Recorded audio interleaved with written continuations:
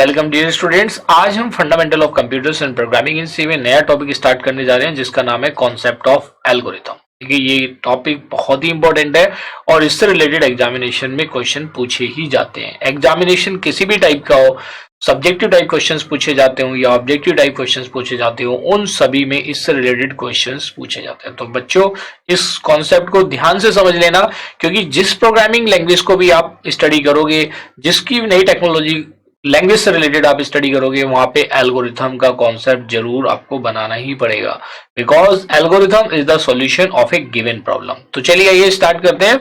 जैसे कि आप अपनी स्क्रीन पे देख पा रहे हैं, इस टॉपिक को कंप्लीट करने के बाद हम ये 4 डिफरेंट लर्निंग आउटकम्स यहाँ पे अचीव करेंगे।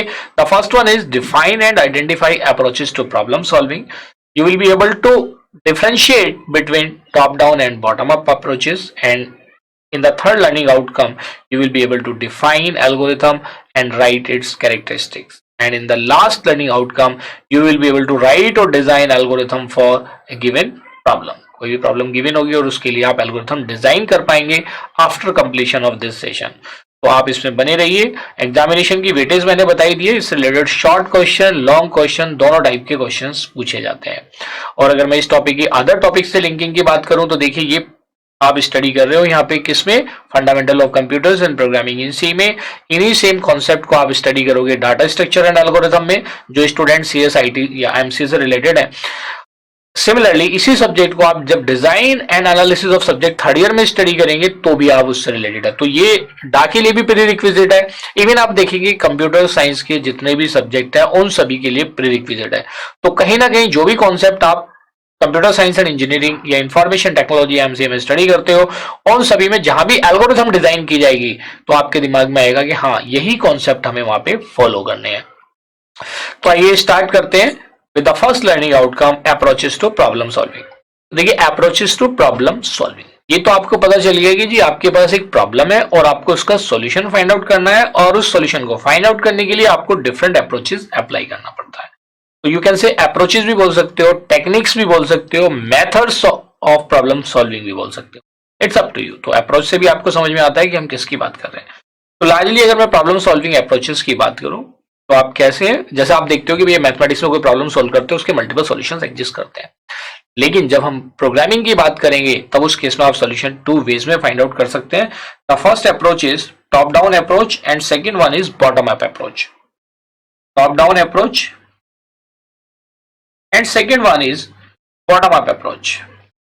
अगर मैं टॉप डाउन अप्रोच की बात करूं, it is also known as forward approach, और जो हमारी बॉटम अप अप्रोच है, it is also known as backward approach.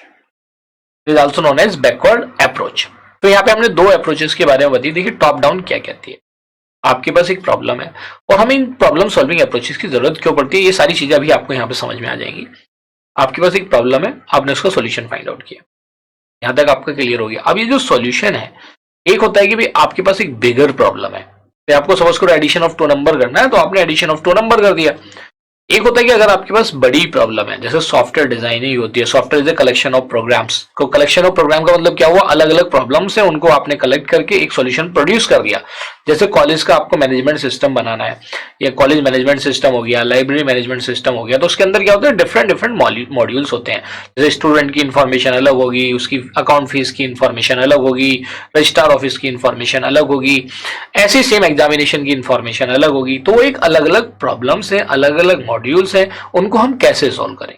एक कॉलेज की प्रॉब्लम है और उसको आपको सॉल्व करना है, तो इन दैट केस आप क्या करते हैं, उस केस में आप करते हैं कि भाई उसके लिए अलग अलग मॉड्यूल्स बनाते हैं। वो जो मॉड्यूल्स बनाने वाला है, मान लीजिए अगर आप एक प्रॉब्लम लेके चल रहे हैं, उसका सॉल्यूशन अगर आपको यहां नहीं मिलता, पूरी प्रॉब्लम का सॉल्यूशन नहीं मिलता है, तो आप उसको पार्ट्स में डिवाइड करेंगे, फिर उसके पार्ट में सॉल्यूशन फाइंड आउट करेंगे। अगर उन पार्ट में भी सॉल्यूशन नहीं मिलता, उसको फर्दर पार्ट्स में डिवाइड करेंगे, और ये तब तक पार्ट्स में डिवाइड करते चले जाएंगे जब तक उसका सॉल्यूशन नहीं मिलता चला जाता, और बाद में उन सबको क्या कर देंगे, हम मर्ज कर देंगे। क्लियर है। फिर अगर मैं बॉटम अप अप्रोच की बात करता हूं, बॉटम अप अप्रोच यही कहती है कि सबसे पहले आप उसको पार्ट्स में डिवाइड कर दो और हर पार्ट का सॉल्यूशन फाइंड आउट करो, उसको क्या करते चले जाओ, मर्ज करते चले जाओ। This is called bottom up approach. और जो पहली वाली बात बताई मैंने वो कौन सी है, that is known as top down approach. तो top down approach is based on the splitting concept, और जो बॉटम अप अप्रोच है, it is based on merging concept. अब आपने देखा कि दोनों ही कॉन्सेप्ट हैं, एक स्प्लिट कर रहा, दूसरा मर्ज कर रहा, तो इसका मतलब क्या हुआ कि दोनों के दोनों साथ साथ ही यूज होते होंगे। भाई इंडिविजुअली आप नहीं कर सकते। अगर किसी प्रॉब्लम को डिवाइड करके सॉल्व कर रहे हैं तो फाइनली उस प्रॉब्लम के सॉल्यूशन तक रीच आउट करने के लिए उसको क्या करना पड़ेगा, मर्ज करना पड़ेगा। So top down approach is based on, it is based on which approach? Splitting concept. It is based on splitting concept. और जो बॉटम अप अप्रोच है, it is based on merging concept, based on merging concept. तो ये दो technique है, एक आपकी splitting है और दूसरी मर्जिंग है। तो ये जो ओवरऑल चीज मैंने आपको बताई है, इसको आप कैसे लिखेंगे देखिए एग्जामिनेशन में, तो आप एक डायग्राम से इसको एक्सप्लेन करना। कैसे एक्सप्लेन करेंगे देखिए डायग्राम से, जी सपोज करो मेरे पास ये बॉक्सेस है, तो मेरे पास एक प्रॉब्लम है, name of the problem is P, और मैं इसका सॉल्यूशन नहीं फाइंड आउट कर सकता, तो मैंने इसको सब प्रॉब्लम्स में डिवाइड कर दिया। सब प्रॉब्लम में भी एनी, वो डिपेंड करता है साइज ऑफ द प्रॉब्लम में और किस लेवल पे आप जाके उसकी प्रॉब्लम का सॉल्यूशन फाइंड आउट कर सकते हो। तो आपने सॉल्यूशन फाइंड आउट किया प्रॉब्लम 1 का, इसकी सब प्रॉब्लम 1 बना दी आपने, इसकी सब प्रॉब्लम 2 बना दी, सिमिलरली इसके करस्पॉन्डिंग आपने सब प्रॉब्लम 3 बना दी। वो डिपेंड करता है साइज ऑफ द प्रॉब्लम पे।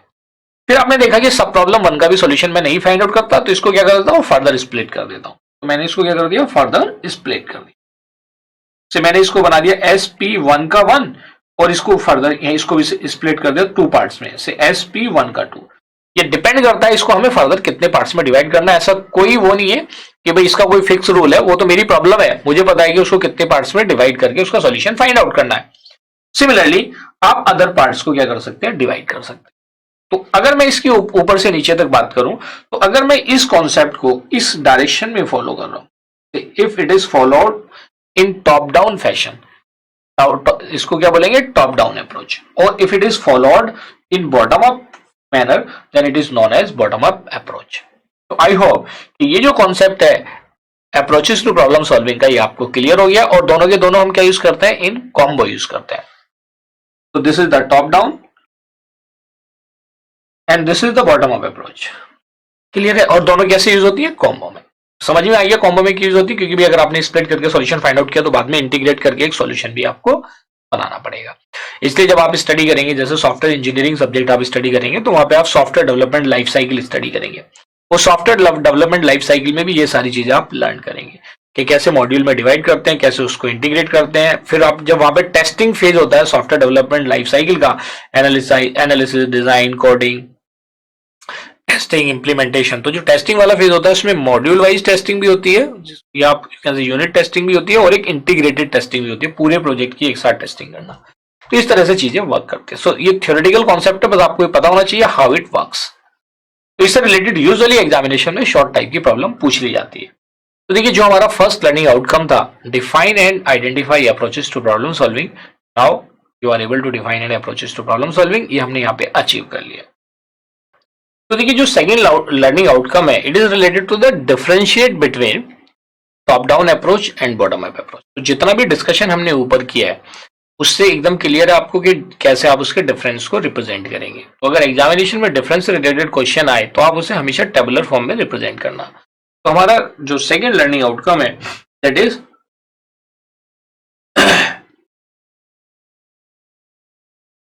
Difference between top down and bottom up approaches. तो आप क्या लिखेंगे, जैसे मैंने बताया कि अगर एग्जामिनेशन में इस टाइप की प्रॉब्लम पूछी जाती है तो आप उसे टेबुलर फॉर्म में रिप्रेजेंट करेंगे। तो आप टेबल बनाएंगे, जैसे आपके पास कौन कौन सी है, एक तो टॉप डाउन है और दूसरी क्या, बॉटम अप अप्रोच है। तो आप बनाइए, इसके लिए you will right top down. तो हमने अभी ऊपर इसको स्टडी किया है, बिल्कुल सेम पैटर्न पे हमने स्टडी किया है, सिर्फ कैसे लिखना है यहाँ पे मैं आपको बता देता हूँ। तो टॉप डाउन अप्रोच के लिए जाएंगे आप, then you will move to the bottom up approach. तो टॉप डाउन अप्रोच में जब आप जाते हैं, फर्स्ट पॉइंट लिखेंगे, the solution of the problem is find out in the top down fashion, या डायरेक्टली आप लिख सकते हो, it is also known as forward approach, it is also known as forward approach, to problem solving, to problem solving. Second, अगर मैं bottom up approach की बात करूं तो इसमें क्या लिखेंगे आप? It is also known as, it is also known as backward approach to problem solving, backward approach to problem solving.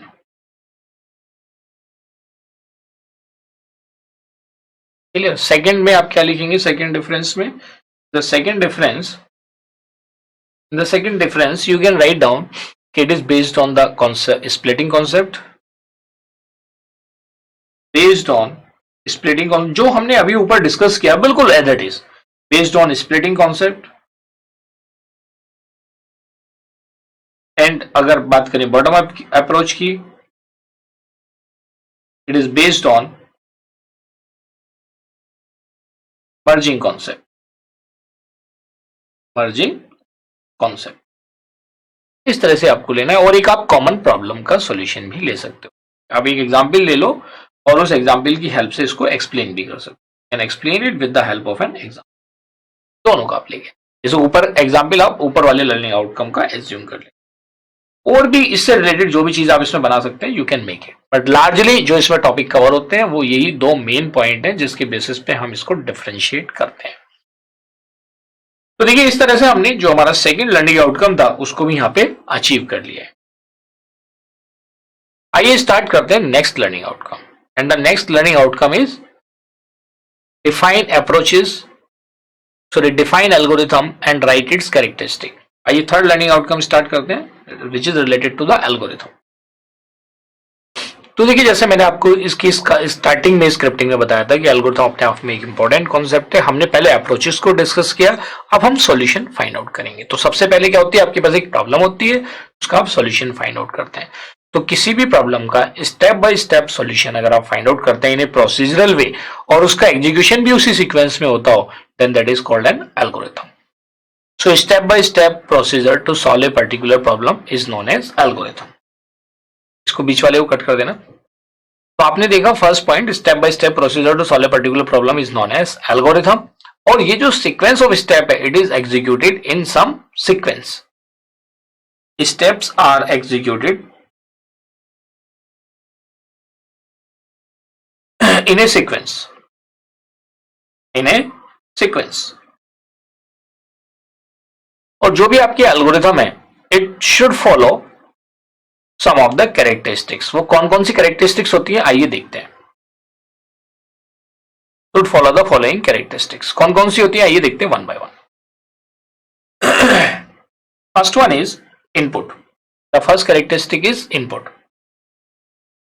Algorithm को ऐसे भी रिप्रेजेंट कर सकते हैं कि सपोज करो मैंने एक ये डायग्राम यहाँ पे एज्यूम किया कि भाई मेरे पास एक ये एल्गोरिथम है। तो किसी भी एल्गोरिथम में आप देखेंगे उसमें एक इनपुट होगा और उसके करस्पॉन्डिंग एक आउटपुट होगा। सो दिस इज द एल्गोरिथम। और इसके अंदर क्या होगा, देयर इज एन इनपुट और इसके करस्पॉन्डिंग क्या प्रोड्यूस होगा, एक आउटपुट होगा।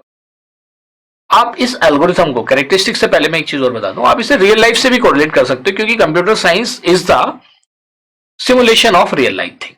तो आप कैसे इसको कम्युनिकेट, कैसे इसको आप इंटरप्रेट कर सकते हैं। सपोज करो एक टी मेकिंग प्रोसेस है, चाय बनाने का तरीका है। तो चाय बनाने के तरीके में आप क्या यूज करते हो भाई, जो मिनिमम चीजें जो आप डालते हो, शुगर की रिक्वायरमेंट है, टी लीव्स की जरूरत है, वाटर या मिल्क की रिक्वायरमेंट है या दोनों की रिक्वायरमेंट है, पैन चाहिए आपको जिसमें आपको उसको बॉईल करना है, आपको गैस स्टोव चाहिए या इंडक्शन चाहिए, जो जो आपको रिक्वायरमेंट है। तो अगर आप देखेंगे, अगर टी मेकिंग प्रोसेस में कहता हूं उससे अमित अच्छा आप चाय बनाने का प्रोसेस मुझे आप बताओ, तो उसे अमित कहता है कि सर मैं चाय में क्या करता हूँ, पत्ती डालता हूँ, शुगर डालता हूँ और क्या नाम है मिल्क डालता हूँ और सबको इकट्ठा करके इंडक्शन पे रख देता हूँ, वो बॉईल हो जाता है, सर्व कर देता हूँ मैं टी को।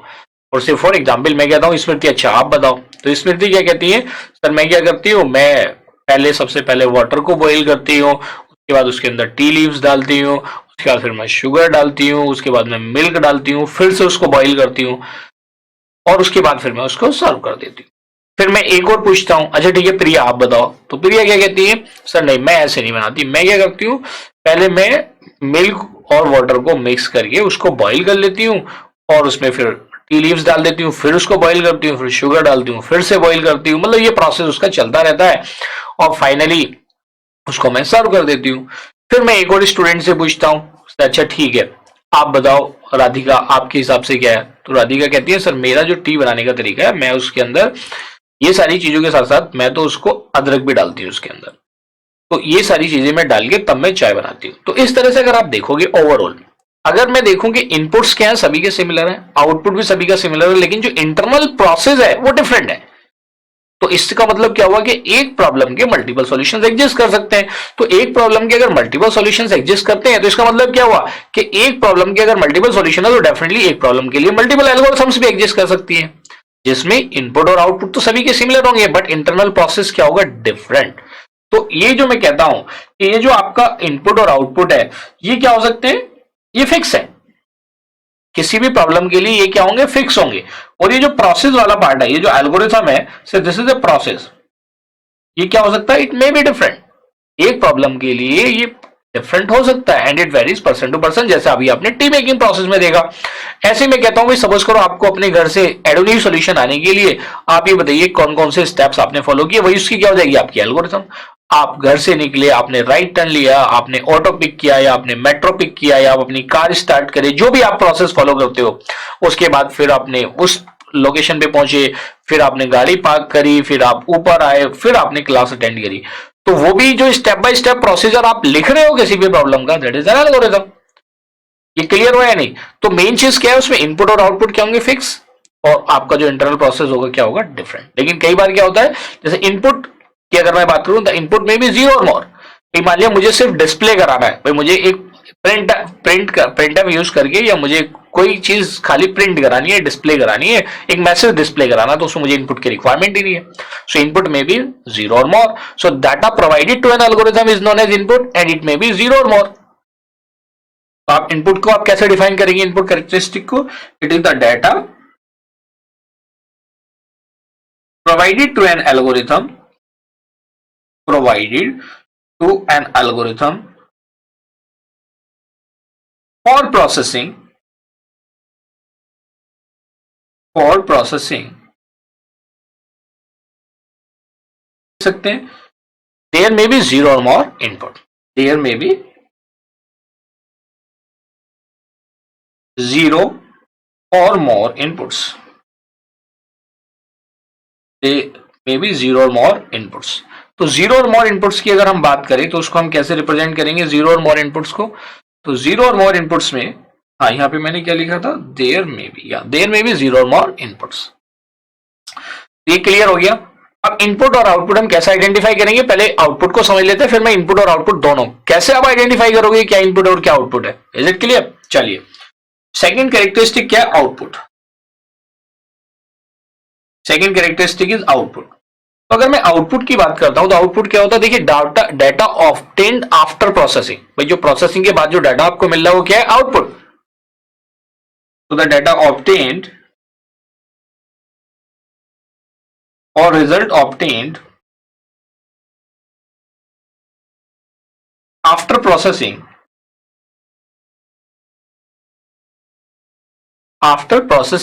इज नोन एज, और देयर में भी एटलीस्ट वन आउटपुट। कोई भी अगर आप, जैसे आपको मैसेज भी डिस्प्ले कराना है तो वो एक आउटपुट है, in that case input is zero लेकिन आउटपुट एग्जिस्ट करता है। There should be at least one output, there should be at least, कम से कम वन आउटपुट। तो you can write it as one और मोर आउटपुट। ये चीज क्लियर है। Now how to identify input and output. देखिए सपोज करो मुझे एडिशन ऑफ टू नंबर करना है, क्या करना है, एडिशन ऑफ टू नंबर। एक एग्जांपल से समझ लेते हैं, बाकी कैरेक्टरिस्टिक को भी आगे करेंगे। मुझे एक टू नंबर का एडिशन करना है और से मेरे पास स्टेटमेंट है is equal to X plus Y. ये मेरे पास एक स्टेटमेंट है। अब मैं कैसे आइडेंटिफाई करूं कि इनपुट क्या होगा और आउटपुट क्या होगा। देखिए आपने फंक्शंस तो पढ़े हैं और फंक्शंस आप काफी टाइम से स्टडी करना है, you are studying for a long time.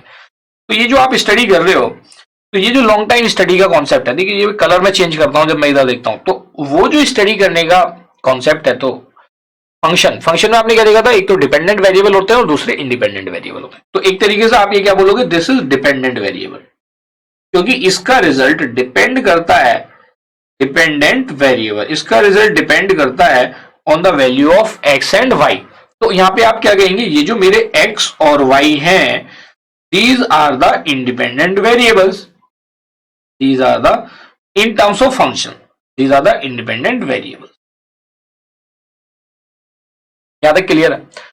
अब मुझे अगर ये देखना जी इनपुट और आउटपुट क्या है, तो आपको एकदम आपको खुद से भी पता चल गया होगा कि ये इंडिपेंडेंट वेरिएबल जो होंगे वो मेरे इनपुट होंगे और जो डिपेंडेंट वेरिएबल वो आउटपुट होगा, क्योंकि जब इनकी वैल्यू हम इनपुट ऐड करेंगे, जो भी वैल्यू प्रोवाइड करेंगे तभी तो मुझे आउटपुट मिलेगा, ये डिपेंडेंट वेरिएबल का रिजल्ट मिलेगा। तो इसका मतलब क्या हुआ, यहां पे मैंने देखा कि ये जो मेरे डिपेंडेंट वेरिएबल है, तो basically these are the inputs,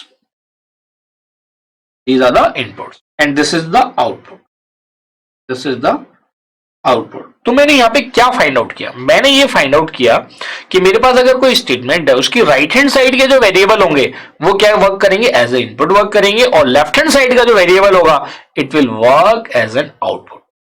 यहां तक क्लियर? आइडेंटिफिकेशन इजी हो गया कि भाई मैं इनपुट और आउटपुट को कैसे पता करूं। चलिए यहां तक की चीजें क्लियर होगी। आइए अब हम देखते हैं थर्ड कैरेक्टरिस्टिक।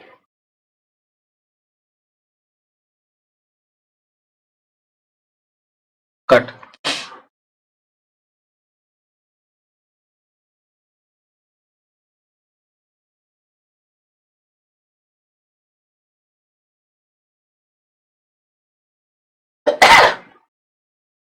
सो कट कर देना, स्टार्ट। आइए देखते हैं third characteristic,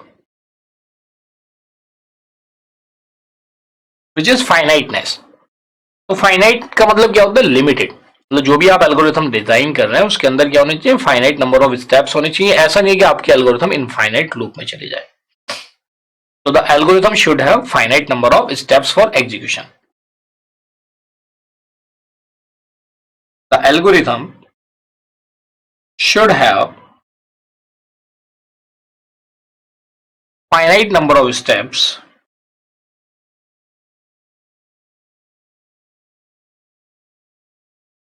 for execution, for execution।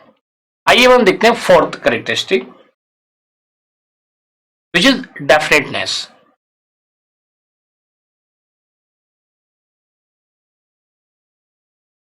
देखिए नाम से तो चल डेफिनेटनेस, मतलब उसके अंदर क्लैरिटी होनी चाहिए, उसके अंदर एम्बिग्यूटी नहीं होनी चाहिए। एम्बिग्यूटी का मतलब क्या हुआ, कंफ्यूजन नहीं होना चाहिए।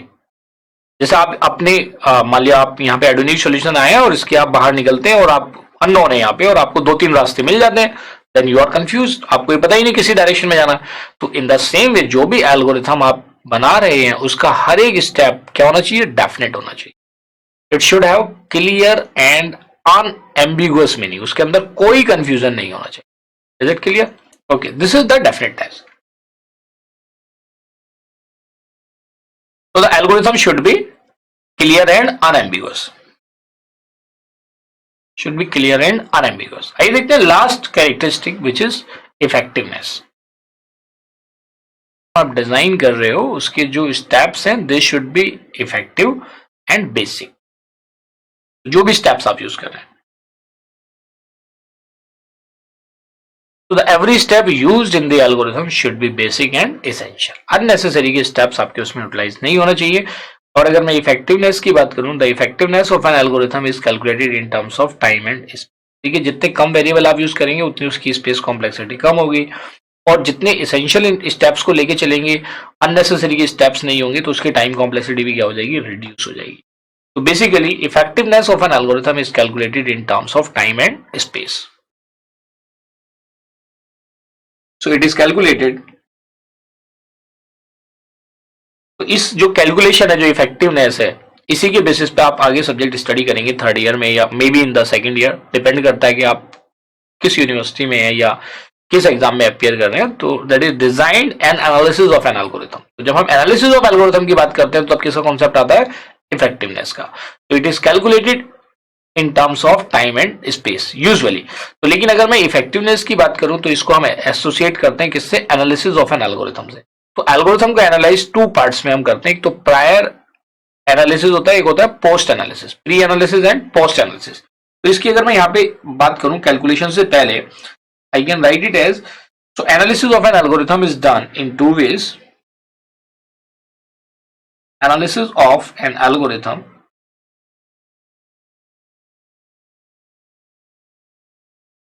is done in two ways.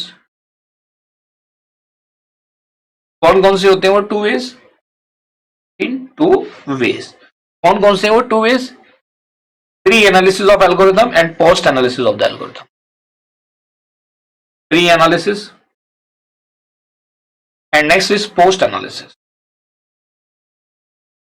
Next is post analysis. तो देखिए प्री एनालिसिस क्या कहता है? प्री मतलब बिफोर, जब तक आपने अपने एल्गोरिथम को एग्जीक्यूट नहीं कराया है या आपने सपोज करो उसको किसी भी प्रोग्रामिंग लैंग्वेज में इंप्लीमेंट किया। देखिए कोई भी एल्गोरिथम अगर आप डिजाइन कर रहे हैं then you can implement it in any programming language.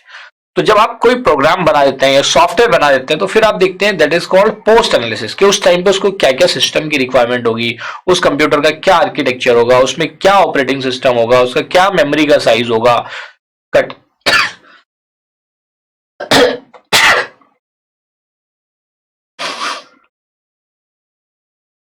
कि ये एल्गोरिथम एग्जीक्यूशन के टाइम पे कितना टाइम लेगी, कितना स्पेस लेगी। तो इन प्री एनालिसिस जो मैं अभी आपको कैलकुलेशन बता रहा था, तो प्री एनालिसिस में हम दो चीजों को एनालाइज करते हैं, that is space and time. उन चीजों को हम क्या बोलते हैं? Space complexity and time complexity. तो we talk about space complexity. Brief हम डिस्कस करेंगे क्योंकि आप इसको डिजाइन एनालिसिस ऑफ एल्गोरिथम या data structure and algorithm subject में इसको स्टडी करेंगे, space complexity and time complexity. तो प्री एनालिसिस बेसिकली क्या है? The space and time required by an algorithm at run time.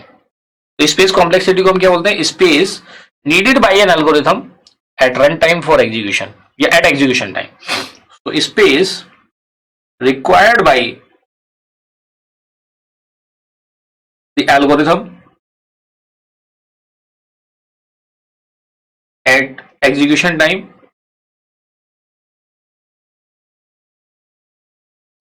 the space required by the algorithm at execution time is known as space complexity। और अगर मैं time complexity की बात करूं तो the time required by the algorithm at execution time. तो time required by the algorithm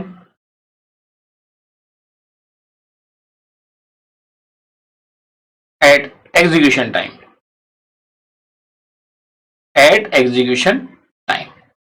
ये चीज क्लियर हो गई। यहाँ पे आपने ये दो चीजें देखी भाई, टाइम और स्पेस का। तो टाइम और स्पेस को आपने समझने के बाद आपको ये समझ में आ गया कि भाई प्री एनालिसिस में हमारा फोकस रहता है टाइम और स्पेस का। तो कैसे कैलकुलेट करते हैं यहाँ पे ये कंसर्न नहीं है, बस आपको पता होना चाहिए कि जी स्पेस कैसे, स्पेस का मतलब क्या होगा? मेमोरी। कोई प्रोग्राम अगर एग्जीक्यूट करेंगे तो कितनी मेमोरी की रिक्वायरमेंट होगी। जब data structure and algorithm subject study करेंगे तो वहां पे आपको चीजें और क्लियर हो जाएंगी। लेकिन यहाँ पे मैं बताऊंगा तो यहाँ पे इतनी डेप्थ में हमारा ये कॉन्सेप्ट नहीं है क्योंकि लार्जली इस सब्जेक्ट को फर्स्ट ईयर में स्टडी किया जाता है और सभी ब्रांच के स्टूडेंट स्टडी करते हैं। तो ये देखते हैं नेक्स्ट क्या है? Post analysis. तो पोस्ट एनालिसिस की अगर मैं बात करता हूं तो उस टाइम पे हम जो मेन फोकस होता है कि भाई अगर आप एल्गोरिथम को किसी प्रोग्रामिंग लैंग्वेज में बना रहे हैं तो प्रोग्रामिंग लैंग्वेज में बनाने के बाद वो एक सॉफ्टवेयर भी हो सकता है और वो एक प्रोग्राम भी हो सकता है। तो उस प्रोग्राम को एग्जीक्यूट करने के लिए किस किस सिस्टम स्पेसिफिकेशन की रिक्वायरमेंट होगी, what are the system requirement. तो पोस्ट एनालिसिस में सिस्टम रिक्वायरमेंट्स का चेक होता है, that is system architecture. Post analysis में main focus is on system architecture. जैसे आप देखते हो अगर आप कंप्यूटर सिस्टम परचेज करते हो तो उसमें रिस्क है, सिस्क है, इस टाइप की चीज है।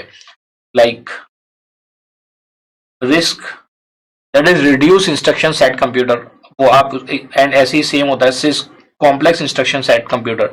ये सिस्टम आर्किटेक्चर वाला पार्ट जो CSITMC के स्टूडेंट होते हैं ये स्टडी करते हैं इसको कंप्यूटर ऑर्गेनाइजेशन और आर्किटेक्चर में।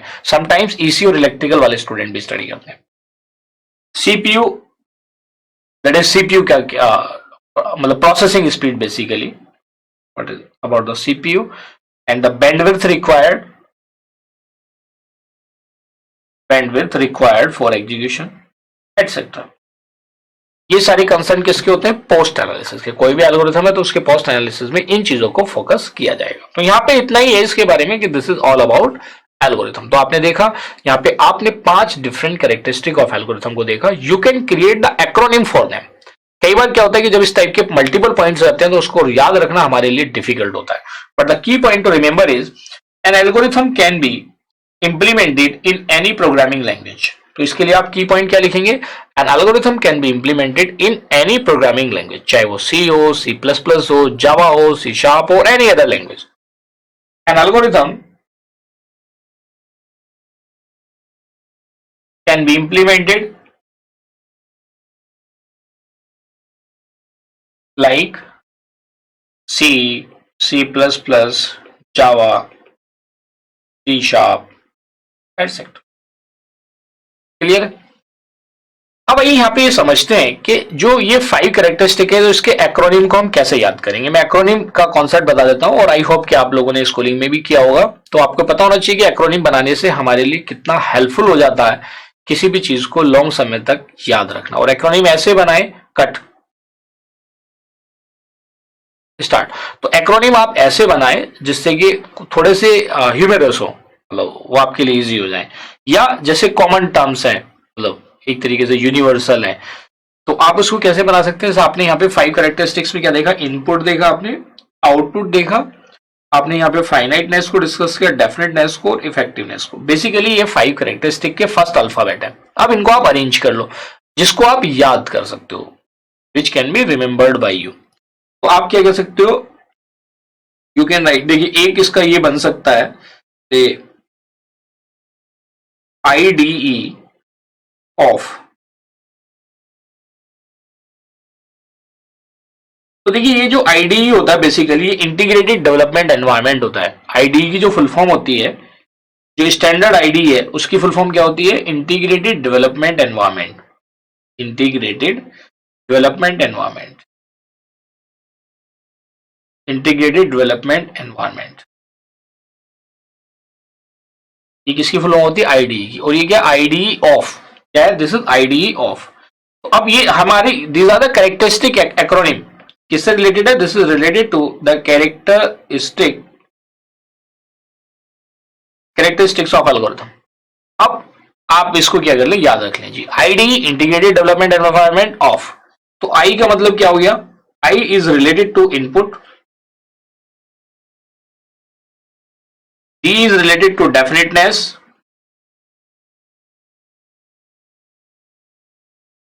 D is related to definiteness, E is related to effectiveness,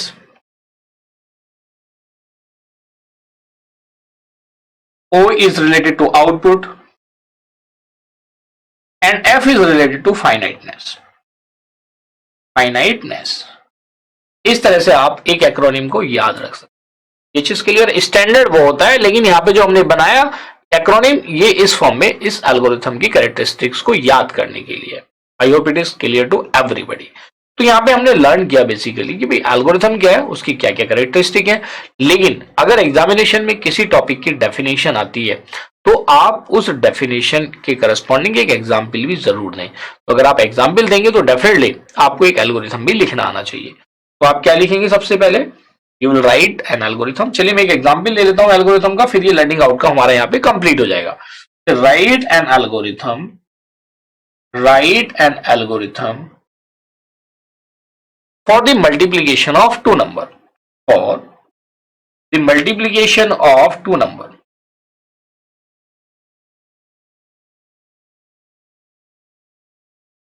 for the multiplication of 2 numbers.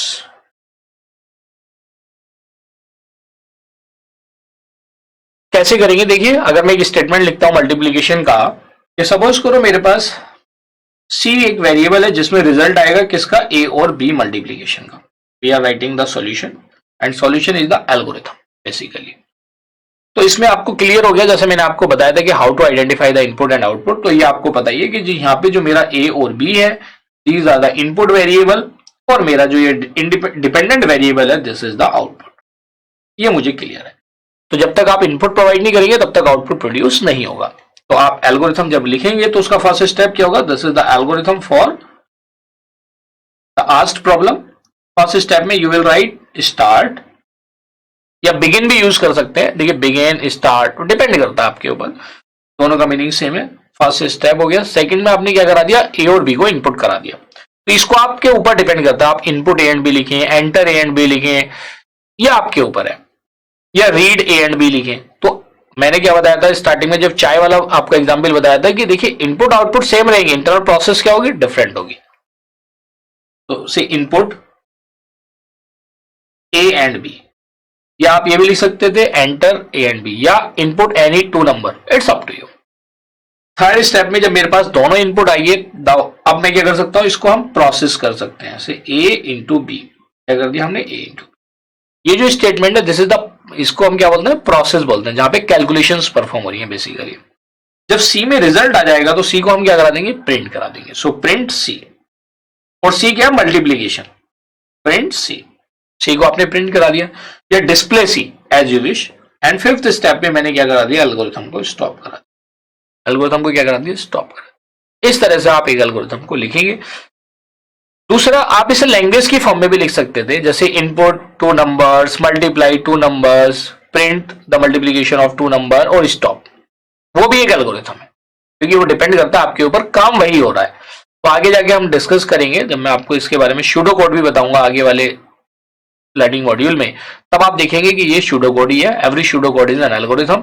तो सूडो कोड क्या होता है, थोड़ा सा मैं ब्रीफ बता देता हूं कि अगर हम किसी एल्गोरिथम को, या किसी, वो एक एल्गोरिथमिक रिप्रेजेंटेशन ही है जिसमें हम किसी प्रोग्रामिंग लैंग्वेज के कंस्ट्रक्ट्स को तो यूज कर लेते हैं, कंस्ट्रक्ट्स लाइक एरे या लूप के कॉन्सेप्ट को यूज कर लेते हैं, but not in the exact syntax of any programming language. Clear है? तो अभी एक एल्गोरिथम है, इसकी ट्रेसिंग भी आपको आनी चाहिए। ट्रेसिंग मोस्ट इंपॉर्टेंट पार्ट है, क्योंकि कुछ एग्जामिनेशन ऐसे होते हैं कि जी एक कोड दिया होता है, आपसे पूछता है इसका आउटपुट क्या होगा। तो अगर आपको ट्रेसिंग करनी आती है, then you can easily trace out and tell the output of the program. तो जितने भी कॉम्पिटिटिव एग्जामिनेशन है, सब में यूजुअली ऐसे ही होता है। ये नहीं पूछा जाता है आप आउटपुट बनाइए या आप इसकी एल्गोरिथम लिखिए। यूनिवर्सिटी एग्जामिनेशन जहां पे सेमेस्टर सिस्टम फॉलो होता है, वहां पे क्या होता है, मेमोरी बेस्ड क्वेश्चंस पूछे जाते हैं। But in the competitive examination apply and analyse type की प्रॉब्लम को पूछा जाता है। तो कैसे आप इसको ट्रेस करेंगे, अगर मैं इसी एल्गोरिथम की यहाँ पे ट्रेसिंग बना दूं, ट्रेसिंग, लेकिन एग्जामिनेशन में अगर आता है तो आपको ट्रेसिंग नहीं देनी है, मैं आपको समझाने के लिए बता रहा हूं। I am just telling you for your understanding. तो फर्स्ट स्टेप क्या है यहाँ पे, स्टार्ट। सेकेंड स्टेप में क्या जी, input to a and b. Say मैंने इनपुट करा दिया a is equal to 3 and say b is equal to 4। a की वैल्यू 3 इनपुट करा दी और b की वैल्यू क्या करा दी, 4। थर्ड स्टेप में क्या होगा, c is equal to 3 into 4, इसकी वैल्यू कितनी आ जाएगी, 12। और ये c की वैल्यू 12 वैल्यू किसमें स्टोर हो जाएगी, c में। इसमें स्टोर हो जाएगी c में। फोर्थ स्टेप में क्या होगा, इन द फोर्थ स्टेप आप प्रिंट c कराएंगे, तो प्रिंट क्या हो जाएगा यहाँ पे 12। भाई अब c की वैल्यू कितनी है, 12। एंड फिफ्थ स्टेप में क्या हो जाएगा, स्टॉप।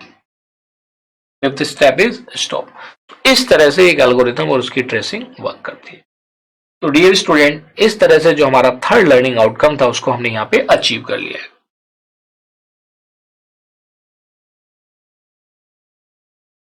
टैप स्लो है। आइए स्टार्ट करते हैं fourth learning outcome. And the fourth learning outcome is related to write और design the algorithm for a given problem. That is write और design algorithm for a given problem. तो ये example की help से इसको समझेंगे। कोई भी एल्गोरिथम अगर आप डिजाइन कर रहे हैं, बस आपको ये चीजें ध्यान रखनी है कि उसमें जो 5 कैरेक्टरिस्टिक्स है, जिसको मैंने IDE ऑफ से बताया आपको, इंटीग्रेटेड डेवलपमेंट एनवायरनमेंट ऑफ, इस तरह से मैंने चीजें आपको बताई थी एक्रोनिम की फॉर्म में। इनपुट होना चाहिए, आउटपुट होना चाहिए, डेफिनेटनेस प्रॉपर्टी सेटिस्फाई होनी चाहिए, फाइनाइटनेस प्रॉपर्टी सेटिस्फाई होनी चाहिए और इफेक्टिवनेस प्रॉपर्टी सेटिस्फाई होनी चाहिए। तो ये एक एग्जाम्पल कंसिडर करते हैं। मैं आपको इसमें अलग अलग टाइप के एग्जाम्पल्स कराऊंगा। एक तो सिंपल सीक्वेंस बेस्ड कराऊंगा, दैट इज सीक्वेंस बेस्ड। हम यहाँ पे एल्गोरिथम बनाएंगे सीक्वेंस बेस्ड। दूसरा होगा जिसके अंदर हम कंडीशनल स्टेटमेंट यूज करेंगे, डिसीजन मेकिंग और कंडीशनल, डिसीजन मेकिंग और कंडीशनल।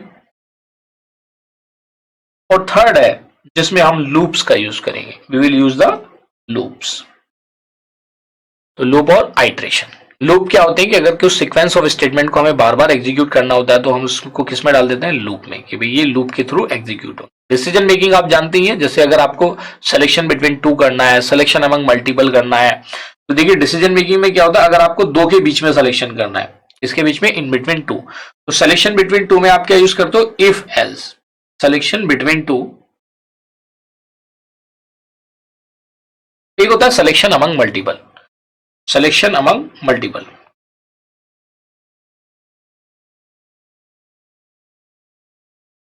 मान लीजिए आपने बीटेक में एडमिशन लिया और आपके पास दो ही वो है पॉसिबिलिटी कि या तो आपको सीएस लेनी है या आईटी लेनी है, and then you have to select, you have to choose.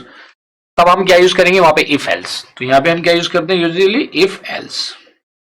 तो और जैसे आप देखेंगे सिलेक्शन अगर मल्टीपल हो जाए, दो से ज्यादा हो जाए, भाई आपके पास चार ब्रांच अवेलेबल है, यू कैन टेक सीएस और यू कैन टेक आईटी और you can take mechanical, you can take civil और you can take electronics, options बन जाएगा, इलेक्ट्रिकल जो भी है। तो उस केस में then you have to use selection among multiples. तो यहाँ पे आप क्या कर सकते हैं, नेस्टेड इफ एल्स यूज कर सकते हैं या if else ladder. You can use nested if else और इफ एल्स लैडर, लैडर की फॉर्म में, और इफ एल्स लैडर, ये हम यूज करेंगे। तो इन तीन कॉन्सेप्ट के बेसिस पे बेसिकली मैं आपको बताऊंगा कि हमें एल्गोरिथम कैसे डिजाइन करनी है for the given problem. First is sequence based, जैसा आपने देखा। सेकंड में मैं आपको बताऊंगा बेस्ड ऑन डिसीजन मेकिंग, और जो थर्ड है वो बताऊंगा मैं बेस्ड ऑन द लूप्स। तो डिसीजन मेकिंग में भी दो टाइप के बताऊंगा मैं आपको, एक तो सिलेक्शन बिटवीन टू और दूसरा है सिलेक्शन अमंग मल्टीपल। इनसे रिलेटेड प्रॉब्लम्स मैं यहाँ पे आपको सॉल्व कराऊंगा। इनकी जो प्रॉब्लम, जो एक्सपेक्टेड प्रॉब्लम है to be asked in the examination, वो हम प्रॉब्लम सॉल्विंग मॉड्यूल में डिस्कस करेंगे, या वो प्रॉब्लम्स जो प्रीवियस ईयर एग्जामिनेशन में पूछी जा चुकी है। लेकिन इनकी कुछ सैंपल प्रॉब्लम मैं यहाँ पे आपको कराता हूँ जिससे आपको एल्गोरिथम लिखना आ जाए या डिजाइन करना आ जाए। ठीक है, आइए कंसीडर करते हैं first example. Write an algorithm to swap the values of two variables. तो देखिए यहाँ पे हमें समझना है कि दो वेरिएबल की वैल्यू को हमें कैसे स्वैप करना है। तो देखिए यहाँ पे एक नई टर्म यूज हुई है, इसमें हो सकता है काफी स्टूडेंट पहले से अवेयर हो। तो स्वैप का मीनिंग क्या होता है, इंटरचेंज। स्वैप का मतलब क्या हुआ, interchange values of two variables. आपके पास दो वेरिएबल हैं, उनकी वैल्यू को चेंज कराना है, उसके लिए एक एल्गोरिथम लिखना है। तो देखिए पहले तो आपको कॉन्सेप्ट समझ में आना चाहिए, उसके बाद में आपको एल्गोरिथम बताऊंगा।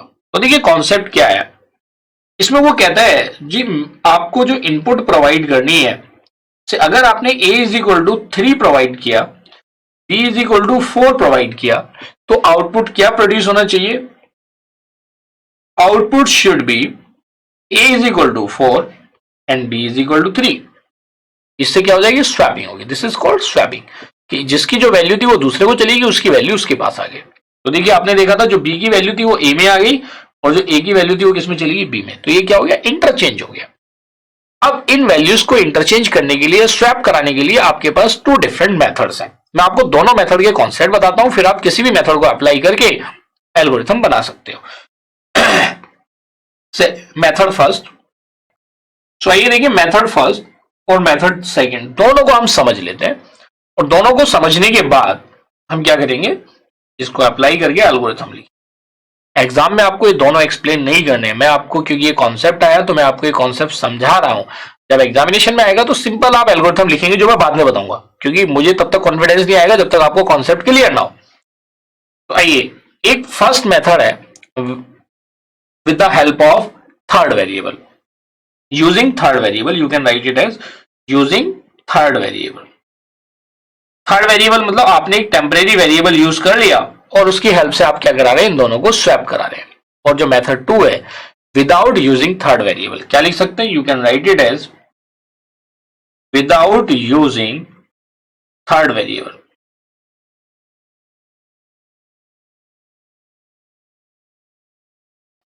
तो देखिए ये पहले फर्स्ट वाले मेथड को समझ लेते हैं। कंसिडर एन एग्जांपल, से मेरे पास a की वैल्यू 3 है, b की वैल्यू 4 है, और मुझे क्या कराना है, स्वैप। तो मैंने एक वेरिएबल एज्यूम कर लिया t is a temporary variable. इसका मेमोरी रिप्रेजेंटेशन क्या होगा, variables are the name of memory location a, उसकी वैल्यू कितनी है 3, b है उसकी वैल्यू कितनी है 4 है, और एक टेम्परेरी वेरिएबल t है जिसकी अभी कोई वैल्यू नहीं है। ये इस स्टेटमेंट का मेमोरी रिप्रेजेंटेशन है। क्लियर है? अब मुझे क्या करना है, तीन स्टेप मतलब इस टेम्परेरी वेरिएबल की हेल्प से इसको क्या कराना है, स्वैप कराना है। तो मैं क्या कर सकता हूं, ए या बी की वैल्यू को एक टेम्परेरी वेरिएबल में डाल दूं। देखिए वो आप ए को भी डाल सकते हो और बी को भी, ऐसा कोई जरूरी नहीं है कि खाली जो मैं कर रहा हूं वही करना है। तो मैंने क्या किया, फर्स्ट स्टेप में जो ए की वैल्यू है उसको मैंने टी में डाल दिया। तो जो ए की वैल्यू है उसको मैंने किस में डाल दिया, टी को असाइन कर दिया बेसिकली। तो ए की वैल्यू किस में आ जाएगी, टी में। T is assigned into T. इसका मतलब क्या हुआ, इस स्टेटमेंट के बाद जो टी वाला वेरिएबल है उसके पास वही वैल्यू होगी जो ए की है। तो जो आपका मेमोरी रिप्रेजेंटेशन है, ए रिमेन्स 3, बी रिमेन्स 4। हाँ, अब टी की वैल्यू भी क्या हो जाएगी, 3। T is also having 3, T की भी वैल्यू 3 हो जाएगी। यहां तक क्लियर हो गया। सेकेंड स्टेप, सेकेंड स्टेप में आप क्या करेंगे, in the second step, second step में टी की वैल्यू को आपने ए में डाल दिया। अब आपके ऊपर डिपेंड करता है जो बी की वैल्यू है उसको किस में डाल दो, ए में। अगर पहले आप बी की वैल्यू टी में डालते तो ए की वैल्यू बी में डालते, क्योंकि वो प्रोसेस आप वैसे यूज करेंगे। सो बी केयरफुल व्हाइल यूजिंग, इसलिए मैं मेमोरी रिप्रेजेंटेशन बना रहा हूं। तो आपने क्या किया, बेसिकली ए की वैल्यू को आपने बी में टी में शिफ्ट कर दिया। यहां पे यही मतलब हुआ, this is your first step. Second step में आपने क्या किया, अब बी की वैल्यू को, भाई देखिए ए की कॉपी तो चली गई किसमें, टी में। अब बी को आप किसमें शिफ्ट कर सकते हैं, ए में। तो हमने क्या किया, जो बी की वैल्यू थी उसको असाइन कर दिया किसको, ए को। बी की वैल्यू को असाइन कर दिया किसको, ए को। तो इस स्टेप को परफॉर्म करने के बाद your memory representation will B, अब ए और बी की दोनों की वैल्यू सेम हो जाएंगी। तो जो बी की वैल्यू 4 है, अब वही सेम वैल्यू कॉपी हो गई किसमें, ए में। और टी इज 3, क्योंकि उसकी एक कॉपी को तो हमने टी में स्टोर कर लिया था। This is the second step. तो सेकेंड स्टेप में आपने देखा कि ये वाली वैल्यू इसके अंदर कॉपी हो गई। थर्ड स्टेप, थर्ड स्टेप में आप क्या करेंगे कि जो टेम्परेरी वेरिएबल है, जो टेम्परेरी वेरिएबल है उसकी वैल्यू को आपने शिफ्ट कर दिया किसमें, बी में। क्योंकि बी की एक कॉपी किसमें चली गई, ए में। तो आपने B is equal to T कर दिया। तो after performing this step your memory representation will be A is 4, B is 3। क्योंकि भाई टी की वैल्यू कितनी थी, 3, बी की वैल्यू कितनी हो गई, 3, और टी भी कितना है, 3। तो इस टेम्परेरी वेरिएबल की वैल्यू को हमने असाइन कर दिया था किसको, बी को। ये थर्ड स्टेप है। इस तरह से अगर आप देखेंगे, अब ए और बी दोनों की लोकेशन पे क्या है, ए की वैल्यू 4 हो गई और बी की वैल्यू कितनी है, 3। जबकि इनिशियली ए की वैल्यू की देखिए, ये इनिशियल वैल्यू थी ए की 3, अब कितनी हो गई, 4। इनिशियल वैल्यू बी की कितनी थी, 4। Now new value of B is 3। तो इन तीन स्टेप को फॉलो करके हमने क्या किया, दोनों वैल्यूज को स्वैप करा दिया। दोनों को क्या करा दिया, स्वैप करा दिया। तो देखिए जो स्वैपिंग हमने परफॉर्म करी, तो आपको अब क्या मिला, स्टेप्स जो आपको स्वैपिंग के स्टेप्स है with third variable. Swapping steps कौन कौन से हो गए आपके, swapping steps are, your swapping steps are, आपने क्या लिखा, t is equal to A, आपने लिखा t is equal to A, then a is equal to b and b is equal to क्या कर दिया आपने, t। These are the swapping step. ये हमारे स्वैपिंग स्टेप्स है। इसका आप रिवर्स भी कर सकते हो। रिवर्स क्या है, देखिए, और इन तीनों की जगह मैंने बताया था कि आप पहले a को t में कॉपी कर रहे हो, बी को भी t में कॉपी कर सकते हो। So you can also write it as t is equal to b। b की वैल्यू आपने t में डाल दी, अब a की वैल्यू आप किस में डाल दो, b में डाल दो, और बाद में क्या कर दो, जो t की वैल्यू किस में आ जाएगी, a में। तो आप ये तीन स्टेप भी यूज कर सकते हो और ये तीन स्टेप भी, क्योंकि पहले अगर a को कॉपी कर रहे हो उधर तो a को b में कॉपी करना पड़ेगा, आप समझ रहे हो, मतलब b को a में कॉपी करना पड़ेगा और वाइस वर्सा। तो इनमें से कोई से भी आप तीन स्टेप यूज कर सकते हो। These are the swapping steps. आइए, ये तो था विद यूजिंग थर्ड वेरिएबल। अब आइए अब हम देखते हैं विदाउट यूजिंग थर्ड वेरिएबल का क्या कॉन्सेप्ट है। तो बेसिकली ये लॉजिक है, जैसे मैंने मल्टीप्लीकेशन ऑफ टू नंबर्स करना था तो उसमें c is equal to a plus B concept था। अब ये कॉन्सेप्ट मिल गया। अब हम a और b की वैल्यू को इनपुट कराएंगे, इनपुट कराने के बाद ये तीन स्टेप लिखेंगे स्वैपिंग के, और उसके बाद इनके रिवर्स हम प्रिंट करा देंगे। रिवर्स मतलब स्वैप्ड वैल्यूज प्रिंट करा देंगे या इंटरचेंज वैल्यूज को प्रिंट करा देंगे। आइए अब हम देखते हैं next without using third variable. Let us understand without using third variable. Without using third variable में आप क्या लेंगे, तो मैंने चूज किया एग्जाम्पल, तो यहां पे भी कंसीडर करना पड़ेगा। से मेरे पास a इज इक्वल टू 3 है और b इज इक्वल टू 4 है। इन दोनों का मेमोरी रिप्रेजेंटेशन क्या होगा, देखिए। तो देखिए इसका मेमोरी रिप्रेजेंटेशन क्या होगा जी, a की वैल्यू 3 है, b की वैल्यू कितनी है, 4, the value of b is 4, यहां पे गिवन है। अब मैं इनको स्वैप कराना चाहता हूं, तो मैं क्या कर सकता हूं, देखिए मैं इन दोनों के एडिशन को एक वेरिएबल में सेव कर दूं, दैट वेरिएबल मे बी ए और मे बी बी। जैसे आपने इस केस में देखा था वही सेम यहां पे भी होगा। अगर मैंने फर्स्ट स्टेप परफॉर्म किया जी, मैंने कर दिया a is equal to A plus b, तो जो ए और बी का सम है वो किस में स्टोर हो जाएगा, ए में। किसमें स्टोर हो जाएगा, ए में। तो ए और बी का जो सम जब ए में स्टोर हो रहा है तो इसकी वैल्यू क्या होगी, देखिए इसकी वैल्यू होगी भाई ए और बी का सम किसमें स्टोर हो रहा है, ए में। So your memory representation will be, a की वैल्यू देखिए अब कितनी हो जाएगी, नई वैल्यू ऑफ ए कितनी हो जाएगी, 3 + 4 = 7, और ये वैल्यू असाइन हो जाएगी ए में, तो यहां पे आ जाएगा 7, और बी की वैल्यू में कोई चेंज नहीं होगा, B remains as it is 4। This is, ये सिचुएशन आई आपकी आफ्टर परफॉर्मिंग फर्स्ट स्टेप। आइए देखते हैं सेकेंड स्टेप परफॉर्म करने के बाद क्या होगा।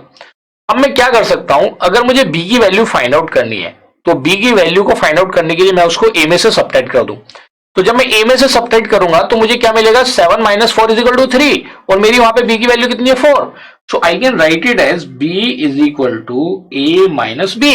तो जब मैंने b is equal to A minus b लिखा तो इसकी वैल्यू क्या हो जाएगी, इट्स वैल्यू विल बी 7 - 4 = 3। ये वैल्यू किसकी आ गई, बी की। ये वैल्यू बी की आ गई, तो इसके बाद आपका मेमोरी रिप्रेजेंटेशन क्या होगा, it will be A is as it is 7, क्योंकि इसमें कोई चेंज नहीं हुआ, जो भी चेंज हुआ वो किसमें हुआ, बी में।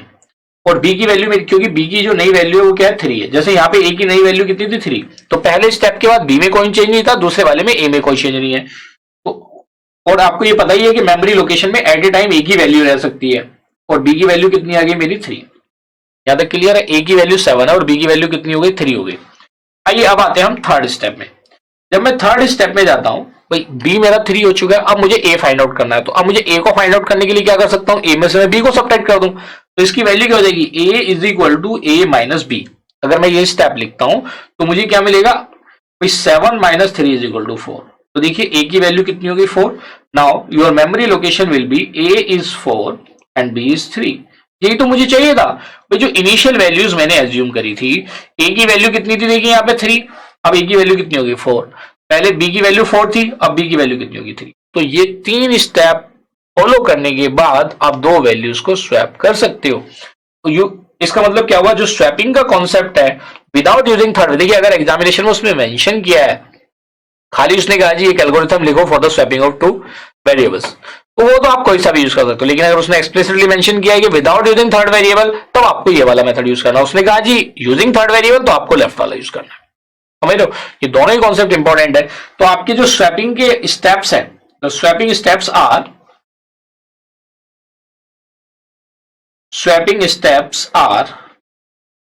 पहले तो आपने जी एडिशन कर दिया, a is equal to A plus B कर दिया। उसके बाद आपने क्या किया जी, b is equal to A minus B, और फाइनली आपने क्या कर दिया, a is equal to A minus. ये 3 स्टेप हैं जिसको फॉलो करके आप विदाउट यूजिंग थर्ड वेरिएबल आप 2 वेरिएबल की वैल्यूज को स्वैप करा सकते हैं। सिमिलरली आप यहां पे क्या लिख सकते हैं, जो स्वैपिंग आपने करी है, आप इस स्वैपिंग को क्या कर सकते हो, जैसे आपने एडिशन ए में स्टोर कराया, आप उसको बी में भी स्टोर करा सकते हो। अगर आप उसके एडिशन को बी में स्टोर कराते तो आपकी यहाँ पे वैल्यू क्या हो जाती, जैसे आपने ए में स्टोर कराया था, अब हम क्या करेंगे, यहाँ पे फाइंड आउट करेंगे वैल्यू ऑफ ए को, जैसे बी को फाइंड आउट किया था। तो वैल्यू ऑफ ए को फाइंड आउट करने के लिए क्या लिखेंगे आप, a is equal to b minus a, कोई सा भी कर सकते हो।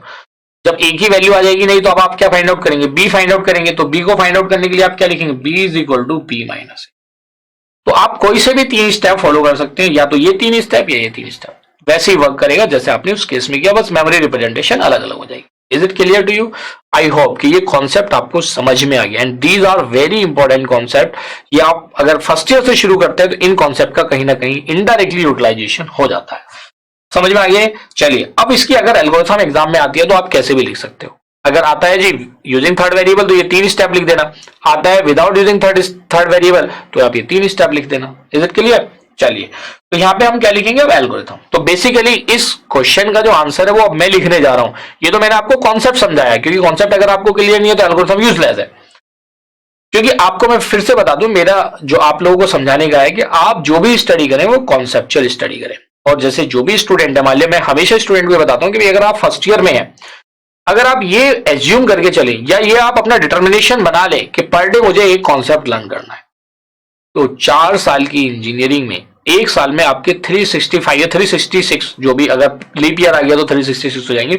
आप मान लो कि 365 कॉन्सेप्ट एक साल में मल्टीप्लाई बाय 4, जिस बच्चे को इतने कॉन्सेप्ट क्लियर होंगे, ये मैं गारंटी का सर्टिफिकेट दे सकता हूं आपको, you can qualify any examination related to your domain, any exam. Problem क्या है कि हम जागते कब है, जब हम फाइनल ईयर में चले जाते हैं, लेकिन हमें तब नहीं जागना, हमें पहले जागना है। हम जितनी जल्दी जाग जाएंगे उतना ही अच्छे रिजल्ट हमारे 4 साल के बाद में होते हैं। तो वो डिपेंड करता है, जो भी स्टूडेंट इसको वॉच करेगा, फाइनल ईयर में कर रहे हैं तो उनको रियलाइज हो रहा होगा यस कि हमें पहले जाग जाना चाहिए था। या जो थर्ड ईयर वाले होंगे वो सोच रहे होंगे हमें थोड़ा और पहले, या वो सोच रहे होंगे कि चलो हम थोड़ा पहले जाग गए। सेकंड ईयर वाले होंगे तो वो सोच रहे होंगे कि यार हाँ हमें भी थोड़ा पहले जाग जाना चाहिए था, लेकिन we are at the right time. लेकिन जो फर्स्ट ईयर वाले स्टूडेंट होंगे तो वो तो सोचेंगे कि सर ने आज हमें गुरु मंत्र बता दिया and that is going to be happen. और आप अपने सीनियर से भी कंसल्ट करना, definitely you will realise it, क्योंकि मैं आपको अपने मोर देन 15 ईयर्स के एक्सपीरियंस के बेसिस पे चीज बता रहा हूं। तो आपको लर्न करने कॉन्सेप्ट्स। चलिए, तो यहां पे हमने ये चीज स्टडी कर ली। आइए, जो एल्गोरिथम है, बेसिकली जो क्वेश्चन है उसका आंसर ये है जो मैं अब आपको कराने जा रहा हूं। तो the algorithm, required algorithm is,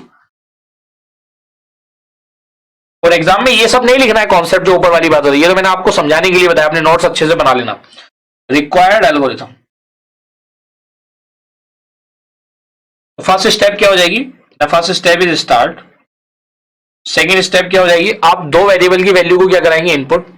you will write input A and B, जिन्हें स्वैप करना है, या एंटर द वेरिएबल जिनकी वैल्यू को स्वैप करना है। थर्ड स्टेप में कोई भी तीन, अगर आपका विदाउट यूजिंग है तो ये वाली आ जाएंगी, विदाउट यूजिंग है तो ये 3 स्टेप आ जाएंगे, यूजिंग थर्ड वेरिएबल है तो ये आ जाएंगे। तो आपके ऊपर डिपेंड करता है। से मैंने लिखा t is equal to a is equal to b और b is equal to t. तो ये आपके ऊपर डिपेंड है, जैसा एग्जामिनेशन में पूछा गया आप वैसे लिख सकते हैं। फोर्थ स्टेप में क्या हो जाएगा, प्रिंट ए एंड बी, या print the values of A and B. And fifth step क्या हो जाएगा, स्टॉप। ये तो हो गया किस केस में, जब आपकी ये रिक्वायर्ड एल्गोरिथम है, किस केस में, व्हेन यूजिंग थर्ड वेरिएबल। और विदाउट यूजिंग थर्ड वेरिएबल में क्या हो जाएगा, रिक्वायर्ड एल्गोरिथम,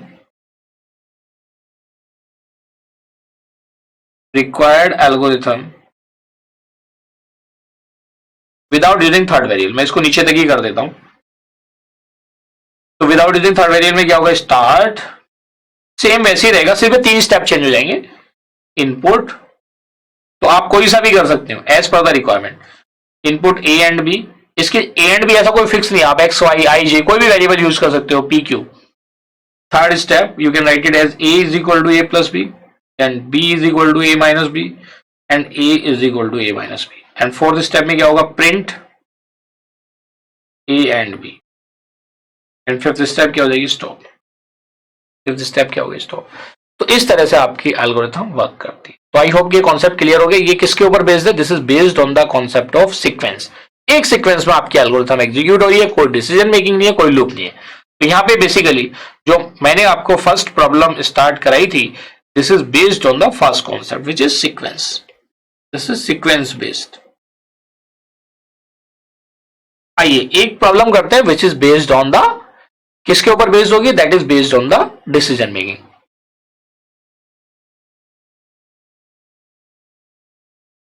सेकेंड कॉन्सेप्ट जिसके बेसिस पे एल्गोरिथम आती है, that is decision making. Decision making, तो इसके लिए मैं एक इजिएस्ट आपको एल्गोरिथम बनवा देता हूं फॉर एग्जांपल, और जो इसकी और एडवांस प्रॉब्लम है या प्रीवियस ईयर एग्जाम में पूछी गई है उनको हम प्रॉब्लम सॉल्विंग मॉड्यूल में डिस्कस करेंगे। For example, write an algorithm, और ये डिसीजन मेकिंग में हम क्या कर रहे हैं, सिलेक्शन बिटवीन टू, उसके बाद selection among multiples. Write an algorithm to check whether the given number is even or odd, is even or odd। और यहाँ पे ये जो नंबर है ये पॉजिटिव इंटीजर है, ये एग्जाम में भी मेंशन करेगा, this is positive integer number. ठीक है, तो इसके लिए एल्गोरिथम लिखनी है। तो सबसे पहले हमें क्या पता होना चाहिए, हमें पता होना चाहिए जी इवन नंबर कौन से होते हैं और ऑड नंबर कौन से होते हैं। बेसिकली यहाँ पे जो कॉन्सेप्ट है वो इवन और ऑड का है, और कैसे नंबर्स है आपके, पॉजिटिव इंटीजर्स, और उसके लिए लिखना क्या आपको, algorithm. So these are the key terms in your question. तो क्वेश्चन अगर आए एग्जामिनेशन में तो की टर्म्स आइडेंटिफिकेशन भी आना चाहिए आपको। तो ये देखते हैं सॉल्यूशन। तो सॉल्यूशन में हम क्या लिखेंगे, सबसे पहले हमें पता होना चाहिए what is even and what is odd. तो देखिए इवन नंबर क्या कहता है, कोई भी नंबर अगर डिविजिबल बाई 2 है तो डिविजिबल बाई 2 का मतलब क्या हुआ, उसका रिमाइंडर 0 आता है। रिमाइंडर क्या आता है, 0, तो उसको हम क्या बोलेंगे, even otherwise odd. So the even और ऑड में अगर आप देखेंगे numbers divisible by, completely divisible by 2, number completely divisible by 2, completely divisible by 2, और यू कैन से कि उसका रिमाइंडर क्या होता है, 0। Number with remainder, number divided by 2 produces the remainder 0, और you can write it, remainder क्या होगा इस केस में, 0। अदरवाइज अगर ये दोनों चीजें मतलब ये फुलफिल नहीं होती है तो अदरवाइज क्या हो जाएगा, that will be odd number, otherwise it is odd number. अगर मैं इवन और ऑड नंबर्स की बात करूं जी, कौन कौन से होते हैं, तो 0 is also included in the even number, या मल्टीपल ऑफ 2 भी आप कह सकते हैं, including 0, 0, 2, 4, 6, 8 and so on. Similarly अगर मैं ऑड की बात करूं तो ऑड के केस में क्या होगा, ऑड के केस में you can write down 1, 3, 5, 7, 9, 11 and so on. ये हमारे ऑड नंबर, ये तो हमें क्लियर हो गया। बस हमें क्या करना है भाई, उसका मॉड्यूलो 2 करना है, क्योंकि modulo operator is used to find out the remainder. तो अगर उसको 2 से डिवाइड करने के बाद रिमाइंडर आ गया 0 तो वो मेरा इवन, अदरवाइज क्या है, ऑड। अब बात है कि यहाँ पे इनपुट क्या होगा, identification of the input is very important. भाई इनपुट मेरा क्या होगा इसमें, what will be the input, तो इनपुट जो होगा मेरा यहाँ पे वो होगा नंबर, जिसको मुझे चेक करना है कि वो इवन है या ऑड है, और इसी के करस्पॉन्डिंग जो आउटपुट प्रोड्यूस होगी वो क्या होगी, तो आउटपुट होगी इवन और ऑड। भाई वो मैसेज आएगा, मैसेज किस टाइप का आएगा कि वो नंबर इवन है या ऑड है, यही तो मुझे कराना है। तो दिस इज द इनपुट और आउटपुट। तो जब मुझे इनपुट आउटपुट पता चल गया तो write down the algorithm. So the algorithm is, algorithm का फर्स्ट स्टेप क्या हो जाएगा, the first step is start, second step क्या हो जाएगा, इनपुट द नंबर या पॉजिटिव इंटीजर नंबर, इनपुट या एंटर या read, input positive integer number,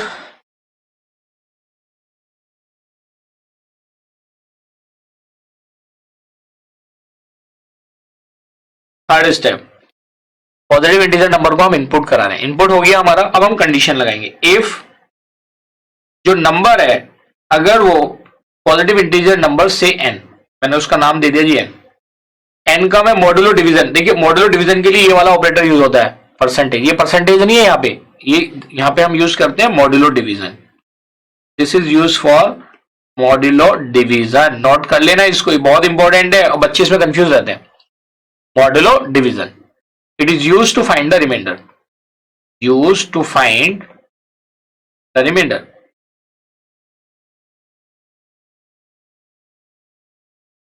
तो हमने देखा जी अगर वो नंबर 2 से डिवाइड होने के बाद रिमाइंडर क्या आता है उसका 0, तो हम यहां पे क्या प्रिंट करा देंगे, प्रिंट करा दो जी इवन, इवन नंबर।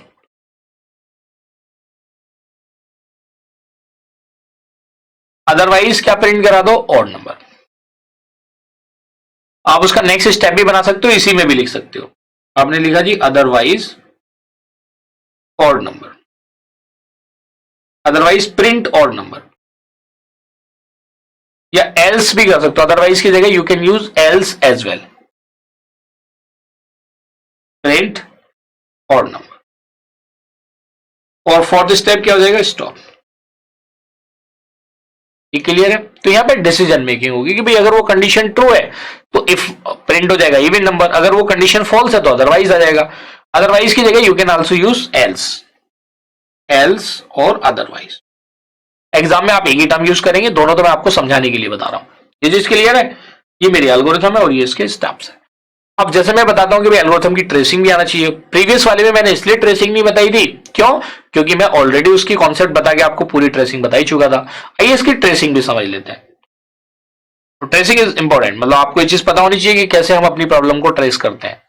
और जैसे मैंने बताया था कि कई बार एग्जामिनेशन में ऑब्जेक्टिव टाइप क्वेश्चंस आते हैं, अगर आपको ट्रेसिंग का कॉन्सेप्ट क्लियर है then you can easily find out the output. तो इसको ध्यान से समझना, we are working on tracing.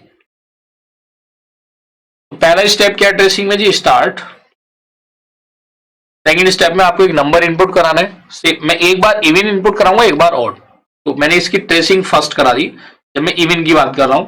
आपको एग्जाम में ये ट्रेसिंग नहीं दिखानी है जब तक वो ट्रेसिंग ना पूछे, क्योंकि कई बार बच्चे कंफ्यूज होते हैं कि सर इतनी सारी चीजें करा रहे हैं तो हम कैसे लिखेंगे। नो, आपका जो एग्जाम में पूछा गया क्वेश्चन है उसका आंसर ये है।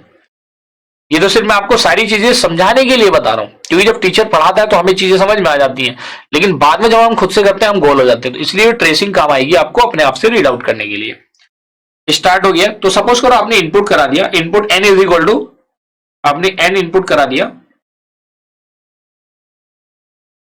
8, आपने इनपुट करा दिया। थर्ड स्टेप में क्या होगा, आप चेक करेंगे if 8 modulo 2 is equal to 0। Yes 0 है भाई, 2 से कंप्लीटली डिविजिबल है, उसका रिमाइंडर आ गया 0। तो इसका आउटपुट क्या जाएगा, तो ये प्रिंट करा देगा even number, print even number.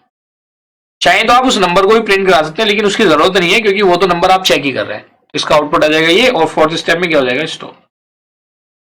Clear हो गई इसकी ट्रेसिंग। आइए मैं इसकी ट्रेसिंग सेकंड भी बता देता हूं, और सेकंड ट्रेसिंग में मेरा ऑब्जेक्टिव आपको बताने का है कि भाई अगर ऑड नंबर होगा तो वो कैसे चेक करेगा। तो देखिए ट्रेसिंग सेकंड,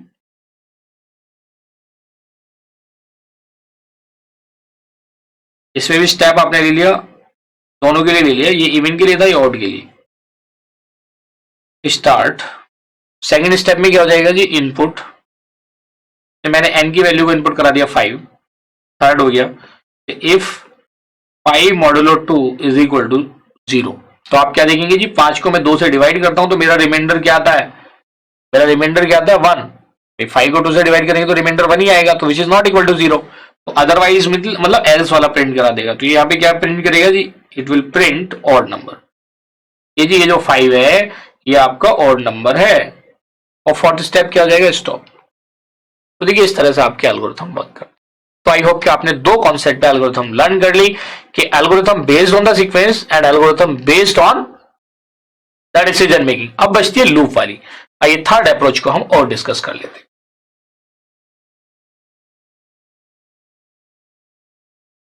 तो the problem based on third approach which is related to the loop और iteration.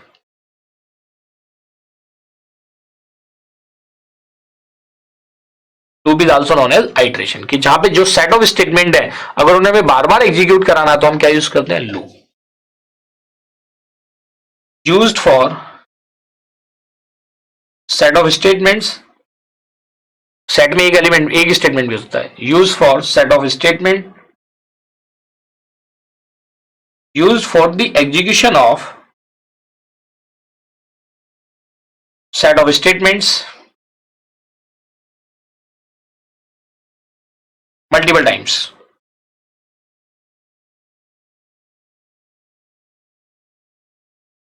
Set of statements multiple times. तो आइए इसको भी एक एग्जाम्पल की हेल्प से समझते हैं।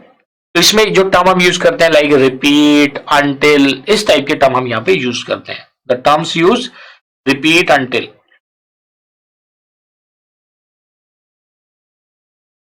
ठीक है, चलिए तो यहां पे हमने देखा, पहले एक एग्जाम्पल कंसीडर कर लेते हैं। फॉर एग्जाम्पल मैंने एक एल्गोरिथम लिया और मैंने एल्गोरिथम पूछ रहा हूं मैं यहां पे, जैसे राइट एन एल्गोरिथम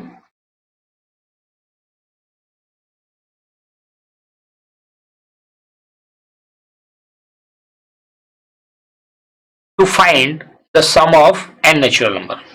ठीक है, देखिए विदाउट यूजिंग में तो आपको बताइए जी, sum of N natural number n plus 1/2 होता है, और आप क्या करेंगे, n की वैल्यू को इनपुट करा देंगे, सम को प्रिंट करा देंगे, हो गया सम ऑफ एन नेचुरल नंबर। ये तो आप जानते ही है कि भाई सम ऑफ एन नेचुरल नंबर का फॉर्मूला आपने पढ़ा था कि जी सम इज इक्वल टू क्या होता है, n प्लस 1/2। तो इसको हम इनपुट करा देंगे और सम को प्रिंट करा देंगे, तो सिंपल सीक्वेंस वाला बन जाएगा। लेकिन उसने कहा जी विदाउट यूजिंग, अच्छा उसने कहा जी हाँ विदाउट यूजिंग आपको करना है आइट्रेशन, एल्गोरिथम बनानी है sum of N natural number की विदाउट यूजिंग आइट्रेशन,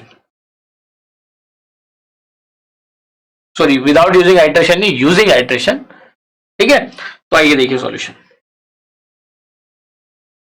क्या करेंगे इस केस में। हम पहले कॉन्सेप्ट को समझ लो कैसे होता है। Sum of N natural number आपके पास क्या होता है जी, 1 + 2 + 3 + 4 अप टू n, ये होता है। और उसका जो सम आता है वो ये वैल्यू आती है n प्लस 1/2, ये आप जानते हैं। कैसे करेंगे हम विदाउट यूजिंग आइट्रेशन। तो देखिए जब भी हम सॉरी विदाउट यूजिंग फॉर्मूला या विद आइटरेशन। तो आइटरेशन का मतलब हो गया ये एक ही काम को हम बार बार कर रहे हैं। तो आप क्या देख रहे हैं, देखिए यहाँ पे ये इनिशियल वैल्यू होगी आएगी। तो जब हम आइटरेशन यूज करते हैं, लूप यूज करते हैं, तो उसके लिए एक इनिशियल वेरिएबल हम चूज कर लेते हैं।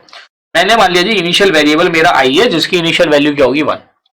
अब आप देखिए रिपीटेशन देखिए इसमें क्या हो रहा है, 1 ऐड हो रहा है किसके साथ, 1 में 1 ऐड हुआ तो हमें क्या मिला 2, फिर 2 के अंदर 1 ऐड हुआ तो मुझे क्या मिला 3, फिर 3 के अंदर 1 ऐड हुआ तो कितना मिला 4 एंड सो ऑन। ऐसे क्या होगा, जो n-1 टर्म होगी उसमें +1 हुआ होगा, तब मुझे क्या मिला होगा n। ये चीज तो क्लियर है। तो मैंने देखा है जी इसमें जो इंक्रीमेंट हो रहा है वो कितने का हो रहा है, 1 का हो रहा है, और जो लास्ट वैल्यू है वो कितनी है, n है। ये मेरी i की जो वैल्यू होगी लास्ट, वो कितनी होगी जी, less than equal to n। भाई आई इतने इतने से इतने तक जाएगा। अगर मैं कहता हूं जो मुझे फर्स्ट 5 नेचुरल नंबर का सम चाहिए, तो मैं n की वैल्यू कितनी इनपुट करा दूंगा 5। ये चीज समझ में आ गई। और हर एक में कितने का इंक्रीमेंट होगा, +1 का। कितने का इंक्रीमेंट होगा, +1 का। आई की वैल्यू 1 है, 1 + 1 कितना हो गया 2, 2 + 1 कितना हो गया 3। और मुझे इन सबका सम फाइंड आउट करना है। क्या फाइंड आउट करना है, बेसिकली मुझे सम। तो मैं एक लूप लगाता हूं 1 से लेके n तक, उसमें एक एक का इंक्रीमेंट होगा और सम कर देता हूं। Sum is equal to sum plus i. जो भी आई की वैल्यू होगी, जब आई की वैल्यू 1 है तो जी मैंने सम में 1 को ऐड कर दिया। जब आई की वैल्यू 2 होगी वो भी उसमें ऐड हो जाएगा, क्योंकि भाई आई जिस वैल्यू को रिप्रेजेंट कर रहा है वही उसकी वैल्यू भी है। आई 3 होगा तो मेरे पास सम 3 था, उसमें 3 और ऐड कर दिया। तो अभी आपको इतनी चीजें नहीं क्लियर हुई होंगी। आइए इसकी एल्गोरिथम बनाते हैं, फिर इसकी ट्रेसिंग में बताता हूं, तो उससे चीजें और क्लियर हो जाएगी। लेकिन ये कॉन्सेप्ट आपको क्लियर हो गया होगा जो मैंने यहां पे लिखा है। तो आइट्रेशन 3 तरह से ही काम करता है कि भाई पहले इनिशियलाइजेशन क्या है, उसकी लास्ट वैल्यू क्या है, और कितने कितने का अपडेशन हो रहा है। ये तो इंक्रीमेंट है, हो सकता है डिक्रीमेंट हो सकता था, क्या हो सकता है, डिक्रीमेंट हो सकता है। तो आइट्रेशन को या लूप को हम इंक्रीमेंटेड फॉर्म में भी यूज कर सकते हैं और डिक्रीमेंटेड फॉर्म में भी। बाकी जब प्रोग्रामिंग करोगे तो चीजें और यूज हो जाएंगी। तो it can be used as a increment. तो इंक्रीमेंट बाय 1 भी हो सकता है, 2 भी हो सकता है। Similarly it can B use for decrement. उसमें भी डिक्रीमेंट बाय 1, 2, 3, 4 कितना भी हो सकता है, वो हमारी अपनी सिचुएशन के ऊपर डिपेंड करेगा। चलिए तो इस कॉन्सेप्ट को समझ लेते हैं। पहले इसकी मैं एल्गोरिथम बना देता हूं। देखिए एल्गोरिथम में पहले आपको समझ में आना चाहिए कि मेरे यहाँ पे क्या क्या इनपुट यूज होंगे। तो सबसे पहला स्टेप तो आप जानते हैं जी, स्टार्ट आ गया। सेकेंड स्टेप में आप क्या करेंगे, आप इनपुट कराएंगे। क्या इनपुट कराएंगे, वैल्यू ऑफ n, या इनिशियलाइज कर दो आप, भाई आई की वैल्यू को 1 से इनिशियलाइज कर दो, और जो सम वेरिएबल है उसकी इनिशियल वैल्यू दे दो 0। क्योंकि जब प्रोग्रामिंग आप पढ़ोगे तब आप उसमें देखोगे कि किसी वेरिएबल की जो इनिशियल वैल्यू होती है, डिफॉल्ट इनिशियल, वो गार्बेज होती है। तो उसको हमने पहले बना दी 0। पहले कुछ भी रहा होगा लेकिन 0 उसको ओवरराइट करके 0 बना देगी, जिससे हमारी एक्चुअल रिजल्ट आ जाए। तो हमने क्या किया जी, इनिशियलाइज कर दिया। यहाँ पे किस चीज को इनिशियलाइज कर दिया, एक तो वेरिएबल आई जिसकी वैल्यू 1 है, क्योंकि आई इज इक्वल टू कहां पे मैंने पॉइंट कराया 1।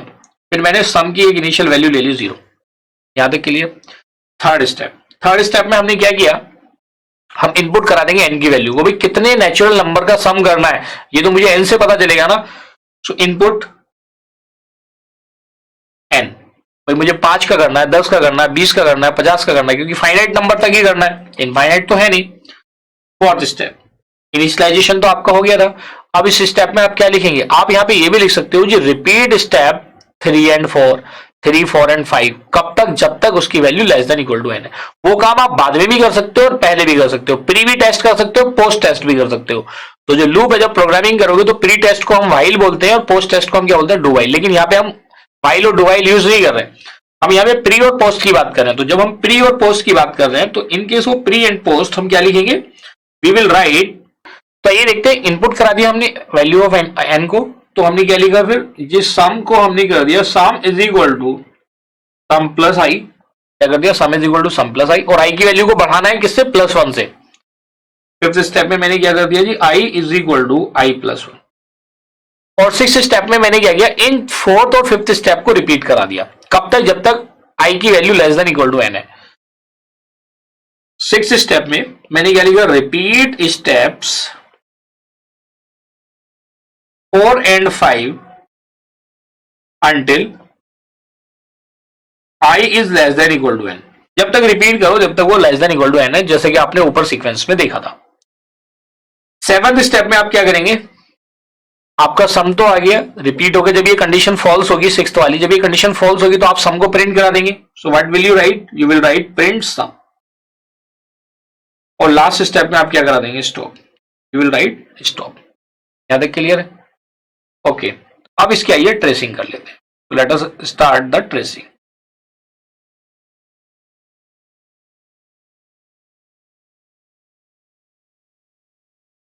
ट्रेसिंग एग्जाम में नहीं पूछी जाएगी, ये मैं आपको समझाने के लिए बता रहा हूँ, क्योंकि जो मैंने लिखी है चीज अभी आपको समझ में नहीं आई होगी। आइए देखते हैं, ट्रेसिंग से आपको क्लियर हो जाएगी। वैसे तो मैंने यहाँ पे भी एक्सप्लेन किया था स्टार्टिंग में, लेकिन फिर भी जिसको नहीं आई होगी अभी भी समझ में, तो अब आ जाएगी। देखिए tracing, first step is start.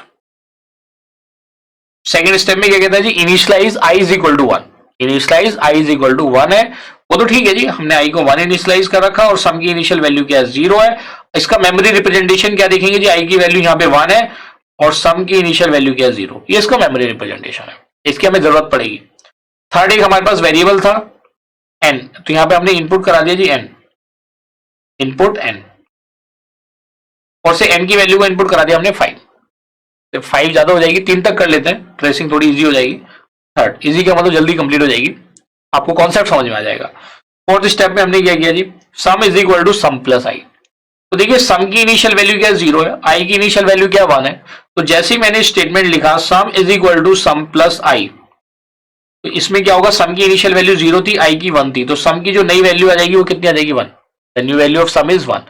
तो जो मेमोरी रिप्रेजेंटेशन था, इस मेमोरी रिप्रेजेंटेशन में आई की वैल्यू तो 1 ही रहेगी, लेकिन अब सम की वैल्यू कितनी हो जाएगी, यहाँ पे वो ओवरराइट कर देगी पुरानी वाली को। पहले तो 0 थी, अब कितनी होगी 1। फिफ्थ स्टेप में जब आप जाएंगे तो आई की वैल्यू क्या हो जाएगी, आई प्लस 1। तो जब ये i is equal to i plus 1 हुआ, तो that is 1 plus 1 is equal to कितना हो जाएगा 2 हो जाएगा। तो ये जो आई है, आई वाले भी मेमोरी लोकेशन ओवरराइट हो जाएगा। तो यहाँ पे जो अब आई की जो नई वैल्यू होगी, द न्यू वैल्यू ऑफ आई जो मेमोरी लोकेशन में होगी कितनी होगी 2, वो प्रीवियस वाली को क्या कर देगी ओवरराइट, क्योंकि मेमोरी लोकेशन में एट ए टाइम एक ही वैल्यू रह सकती है। सिक्स्थ स्टेप, तो बेसिकली ये जो हमारा आइट्रेशन चल रहा है, दिस इज फर्स्ट आइट्रेशन। ये हमारा कौन सा आइट्रेशन है, दिस इज फर्स्ट आइट्रेशन। एक बार लूप चल रहा है, रिपीट करेगा 4 and 5 को until I is less than equal to n। तो हमने चेक किया जी, क्या आई मतलब जो 2 है, क्या लेस देन इक्वल टू 3 है, यस दिस इज ट्रू। जब ये ट्रू है तो कौन कौन सी स्टेप को रिपीट करेगा, 4 and 5। अब फिर से फोर्थ स्टेप में आ जाएगा, 4 and 5 तो रिपीट हो रहा है ना, तो फोर्थ स्टेप में आ जाएगा। फोर्थ स्टेप क्या, sum is equal to sum plus i. Now the value of sum is, देखिए अब सम की वैल्यू क्या हो जाएगी, now the value of sum is equal to sum plus i. Sum plus i में आप क्या लिखेंगे, सम की जो नई वैल्यू थी वो 1 थी और आई की वैल्यू कितनी थी 2, तो 1 प्लस 2 इज इक्वल टू कितना हो जाएगा 3। तो जो मेमोरी का लोकेशन है, सम जिसको पॉइंट मतलब मेमोरी लोकेशन का नाम है, तो इसकी वैल्यू कितनी हो जाएगी 3, और पुरानी वाली क्या हो जाएगी ओवरराइट। इस चीज का ध्यान रखना आप। फिफ्थ स्टेप में क्या करेगा जी, आई is equal to i plus 1। I is equal to i plus 1 से क्या हुआ जी, आई की वैल्यू 2 थी, 2 प्लस 1 कितना हो गया 3, तो इसके मेमोरी लोकेशन में भी अब आई की वैल्यू कितनी हो गई 3। अभी किस में आएगा, सिक्स्थ स्टेप में। सिक्स्थ स्टेप में फिर से चेक करेगा, क्या चेक करेगा सिक्स्थ स्टेप में, कि क्या 3 लेस देन इक्वल टू 3 है, क्योंकि आई की वैल्यू कितनी हो चुकी है 3, तो this condition is also true, ये भी ट्रू है। फिर से किस पे आएगा, फोर्थ स्टेप पे, again it will come to the fourth step, और फिर क्या फाइंड आउट करेगा, सम फाइंड आउट करेगा। अब the value of sum is equal to sum plus i, क्या हो जाएगी, सम प्लस आई। सम की वैल्यू 3 है और आई की वैल्यू कितनी है 3, सम प्लस आई। अब दोनों 3 है, तो सम की नई वैल्यू कितनी आ गई 6, तो सम का जो मेमोरी लोकेशन पे है उसकी वैल्यू कितनी हो जाएगी अब 6। फिफ्थ स्टेप में आई की वैल्यू में फर्दर इंक्रीमेंट होगा। Now the new value of I is I plus 1। आई की वैल्यू कितनी थी 3, अब ये कितना हो जाएगा 3 प्लस 1 इज इक्वल टू 4। कितनी वैल्यू हो जाएगी इसकी, 4 वैल्यू। तो आई की मेमोरी लोकेशन में जो नई वैल्यू ऑफ आई है वो 4 है एंड ये 6 है। आइए बात है सेवंथ, फिर से 6 स्टेप पे चला जाएगा। भाई रिपीट तो चेक करेगा, वो चेक करेगा जी क्या 4 लेस देन इक्वल टू 3 है, ये कंडीशन क्या हो जाएगी फॉल्स। तो जब ये 6 स्टेप आपकी फॉल्स होगी, जब ये फॉल्स होगी तो ये स्टेप आएगा। जब तक ट्रू होती रहेगी तो 4 और 6 क्या होंगे, रिपीट होते रहेंगे, जैसा आपने यहाँ पे देखा। तो जब ये कंडीशन फॉल्स हो जाएगी तो ये 7th स्टेप पे आएगा और क्या कर देगा, प्रिंट सम। तो सम की जो लास्ट वैल्यू थी, देखिए सम की जो आपको लास्ट वैल्यू मिली है यहाँ पे, वो क्या मिली है 6, तो क्या प्रिंट करेगा वो यहाँ पे, प्रिंट 6। और 8th स्टेप में क्या हो जाएगा, स्टॉप। तो अगर आप देखते हो जो गिवन सीक्वेंस है उसमें पहले 3 टर्म का जो सम है वो कितना आ जाएगा, 1 प्लस 2 प्लस 3 कितना आएगा 6। इस तरह से आप ट्रेसिंग कर सकते हैं and this is the way of finding the sum of N natural number. अब इसी के बेसिस पे आप और भी क्वेश्चंस कर सकते हो, सिर्फ आपको इस एल्गोरिथम में एक स्टेटमेंट चेंज करना है। क्या चेंज करना है, so next example related to this, अगर आपको फाइंड आउट करना है sum of square of N natural number, क्या फाइंड आउट करना है, से एल्गोरिथम आपको बनानी है मैं शॉर्ट में लिख रहा हूं, आप ये आपके लिए वर्क है। एक एल्गोरिथम आपको बनानी है किसके लिए, for the sum of square of N natural number, find sum of square of N natural numbers. तो इस केस में क्या होगा, sum of square of N natural numbers क्या होते हैं, देखिए मैं हिंट दे रहा हूं आपको, आप इसको सॉल्व कर लेना। कैसे लिखते हैं जी, sum of square of N natural number 3 square up to say n square. इसकी वैल्यू एक्चुअल में क्या होती है, n+1 का, sorry n+1 to n+1 by 6 ये होती है। लेकिन उसने कहा जी यूजिंग लूप, तो आपको एग्जामिनेशन में इस चीज का ध्यान रखना है। तो यूजिंग लूप है, तो यूजिंग लूप आपने अभी ऊपर किया है, तो सिर्फ और सिर्फ आपका जो ये स्टेप है, स्टेप नंबर 4, सिर्फ आपको ये बदलना है। इस केस में जो प्रीवियस एल्गोरिथम में स्टेप 4 है, सिर्फ वहां पे sum is equal to sum plus i into i हो जाएगा, क्योंकि आई इंटू आई का मतलब क्या होता है, आई स्क्वायर। तो इसलिए क्या हो जाएगा, जब आई स्क्वायर हो जाएगा तो 1 होगा तो 1 स्क्वायर, 2 होगा तो 2 स्क्वायर, 3 होगा तो 3 स्क्वायर। तो प्रीवियस एल्गोरिथम में, जो प्रीवियस या अबव एल्गोरिथम है, जो अबव एल्गो है, उस केस में आप क्या करेंगे, सिर्फ स्टेप नंबर 4 को चेंज करेंगे। और स्टेप नंबर 4 में आप क्या लिख देंगे, sum is equal to sum plus i into i, क्योंकि आई इंटू आई का मतलब क्या होता है, आई स्क्वायर। ये चीज क्लियर है। इन द सेम वे आप एक और प्रॉब्लम कर सकते हैं, वैसे तो और भी हम आगे ग्रेडेड प्रॉब्लम सॉल्विंग मॉड्यूल में डिस्कस करेंगे।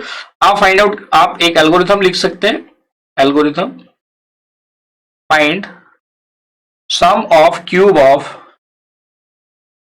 n natural numbers